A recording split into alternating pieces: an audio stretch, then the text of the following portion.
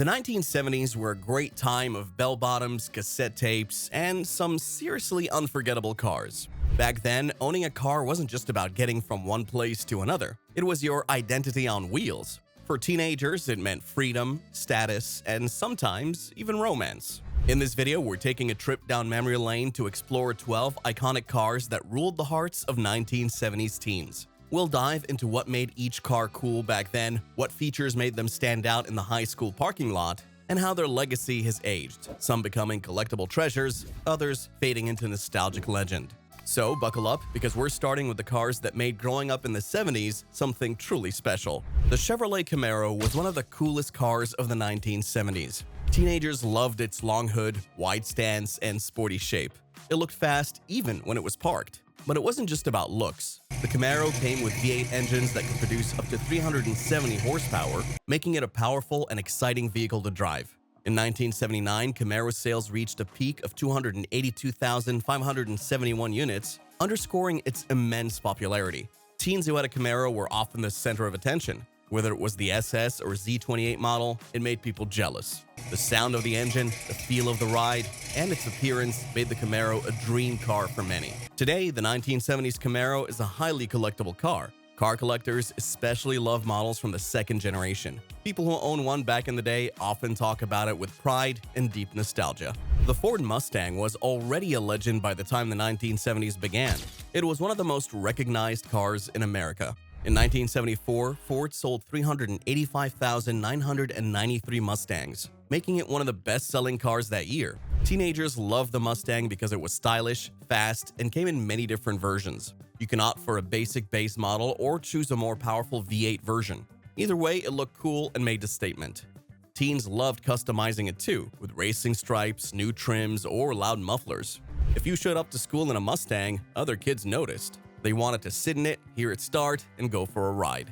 Today, these Mustangs remain popular among car enthusiasts. Many people collect second-generation Mustangs, which evoke strong memories of the 1970s. The Datsun T40Z was one of the first Japanese sports cars to gain popularity in the US. It appeared as exotic as a European car, but it cost significantly less. That made it a big deal for teenagers who wanted something different. It had a sleek, low body and a powerful inline-six engine that produced 151 horsepower. The design was aerodynamic and modern. Many teens had to wait months just to get their hands on one because the 240Z had long waiting lists. Friends were impressed by its looks and surprised by how fast it was. Today, the Datsun 240Z is very collectible. Prices for clean models have been increasing, and it's now regarded as a classic that helped revolutionize the sports car market. The Volkswagen Beetle was one of the most recognized cars in the world. In 1970 alone, over 569,000 Beetles were sold in the US. It was a small, simple car, but that's what made it special. Teens loved it because it was affordable, reliable, and had a lot of personality. It got about 30 miles per gallon, which made it cheap to run. The air-cooled engine at the back was unique, and you could make numerous customizations to it. Many painted their Beetles with flowers, stripes, or bright colors. Others added big speakers or funny decorations. If you had a Beetle, people noticed. It didn't need to be fast, it was fun. Today, the original Beetle is a symbol of nostalgia. People collect, restore, and drive them with pride. The AMC Pacer stood out as no other car. It had a bubble-shaped body and huge windows. That made it stand out, especially in the 1970s. It wasn't fast, but it had a futuristic style that many teens liked. Between 1975 and 1979, AMC sold approximately 150,000 Pacers. Teens who wanted something different, something bold, often went for this car. Its wide shape made it roomy inside, and the glass area gave it a unique feel. Friends would usually comment, "What kind of car is that?" That kind of attention made it cool in its way. Today, the Pacer is no longer one of the most valuable collector cars, but it still has a cult following. People who grew up with it love its weird charm and remember it as something fun and funky. If there was one car that screamed bad boy in the late 70s, it was the Pontiac Trans Am. It became incredibly popular after the 1977 movie Smokey and the Bandit. That film made the Trans Am a superstar. In 1977, sales reached 68,744 units thanks to the movie.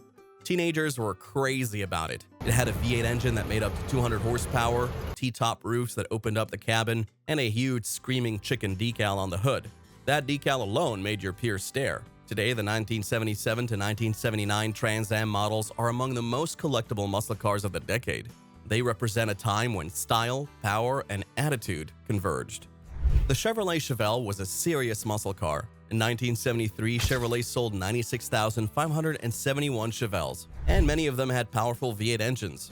Some models came equipped with the famous 454 cubic inch engine, which made it one of the most powerful cars of its time. Teens loved it for its raw power and bold looks. If you had a Chevelle SS, you were one of the cool kids.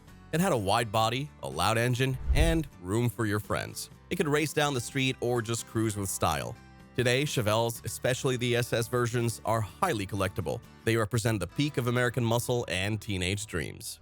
The Plymouth Barracuda, often called the Cuda, didn't sell in huge numbers in the 1970s. In 1974, sales dropped to only 11,734 units, but what it lacked in numbers, it made up for in cool factor. It had bold styling and big engine choices, including the famous 426 Hemi engine that could make up to 425 horsepower. The shaker hood, wild paint jobs, and racing stripes made it stand out even more. If you showed up in a Barracuda, your peers knew you meant business. Today, especially the late model Cudas are among the most valuable muscle cars ever made. The Honda Civic was the opposite of a muscle car, but it still became very popular with teens. It was small, reliable, and cheap to run. In 1976, Honda sold 132,286 Civics in the US. It achieved a fuel economy of around 35 miles per gallon, which made it particularly beneficial during the gas crisis. It also featured a hatchback design, which provided more space than people initially expected. Teens liked it because it didn't break down, and you could drive it for years without major repairs. Today, early Civics are collector items in the JDM or Japanese domestic market world. Many people remember them as their first car and their first step into independence. The Toyota Corolla was one of the best-selling compact cars of the 1970s. Over several years, it sold more than 250,000 units in the US. It was known for being simple, durable, and easy to maintain. Teens who drove Corollas didn't care about flash. They cared about having a car that always worked. It wasn't loud or powerful, but it was trustworthy. And in a time of high gas prices, that made it valuable. Today, early Corollas are slowly becoming collectibles, especially among fans of Japanese cars. They remind people of a time when cars were made to last and made to serve. The Chevy station wagon, especially models like the Caprice Estate, was a big, comfortable car. It wasn't fast, but it was fun. Teens who had one were usually the ones driving everyone else around. These wagons had third-row seats, cassette players, and wood-paneled sides. Some even had shag carpeting. They felt like a living room on wheels. And when it came time for a road trip, this was the car you wanted. Today, these station wagons have a special place in people's hearts. They're not muscle cars, but they're deeply nostalgic, especially for people who grew up with them. The 1970s were more than just a decade. They were a vibe. For teenagers, cars weren't just machines. They were freedom, personality, and pride all rolled into one. Whether it was the roar of a Camaro, the style of a Mustang, or the quirky charm of a Beetle, these cars gave teens their first taste of independence. They cruised to the drive-in, picked up their friends for weekend adventures, and blasted rock music on cassette decks, all from behind the wheel of their dream car. Each of these vehicles has a story, and even decades later, they still spark that same excitement, whether it's from collectors, restorers, or anyone who remembers what it felt like to turn the key and hit the road.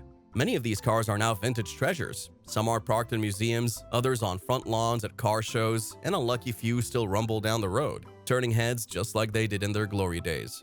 If you were a teenager in the 1970s, which of these cars would you have wanted as your first ride and why? Drop your pick in the comments below, and don't forget to like, subscribe, and hit that bell icon so you don't miss our next video.